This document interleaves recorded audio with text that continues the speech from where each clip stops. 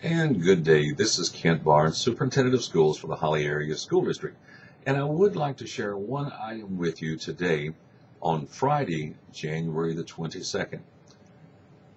Earlier this week, there was a document that came out from the Senate that listed 211 school districts that were spending, according to the list, 28% or better regarding administrative costs in their school district. And the Holly Area School District, I believe, had administrative costs of 29%. Well, there's only one thing wrong with that. Upon further review, because when I saw that percentage, I thought, heavens to Betsy, 28%.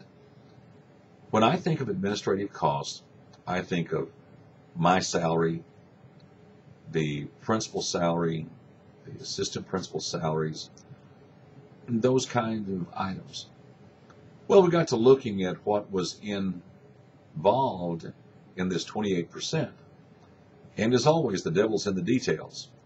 And I have a little notepad up here that includes electricity, natural gas, custodial cleaning, maintaining the buildings, interest on state aid loans, paying back uncollectible taxes, student organization sponsors, and there's other items as well.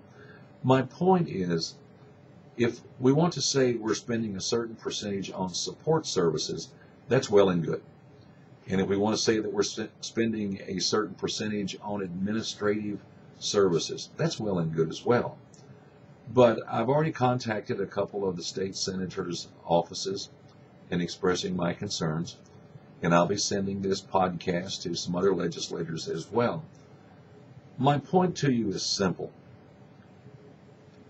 We always talk about transparency. Everything that we do budget-wise is public information. There's nothing that we do trying to hide anything. That's why we do the Connect Eds. That's why we do the Barnesgrams. That's why we do these podcasts. That's why I go throughout our school district and talk to as many constituents as I can. All I ever want is that appropriate data be distributed in an appropriate fashion. I think it is misleading to say that the Holly Area School District has 28% or better cost-wise of their total budget in administrative services without appropriately defining what is in that category. The same thing with support services. So as always, the devil is in the details, but I just wanted to share this with you because if this becomes being discussed in the local newspapers and such, and why are we spending this much on administrative services, I don't view cooling and heating the buildings as an administrative service. A support service, yes.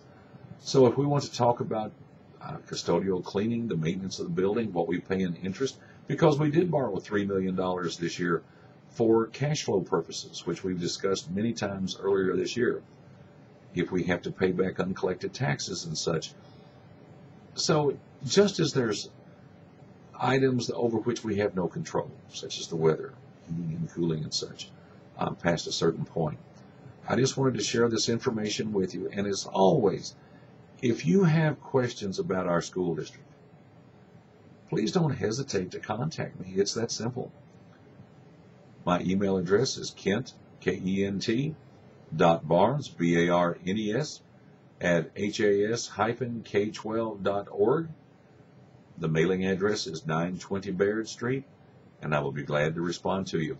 If you'd like to be added to my email community list, just let me know that as well, and I'll be glad to add you.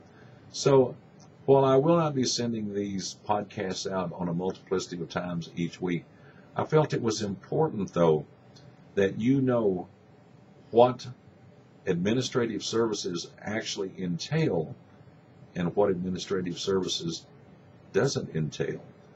So as always, thank you very much for watching this short podcast, and until the next time I meet with you by way of this means, have a great rest of the day and a great rest of the upcoming weekend. You take care now. Bye-bye.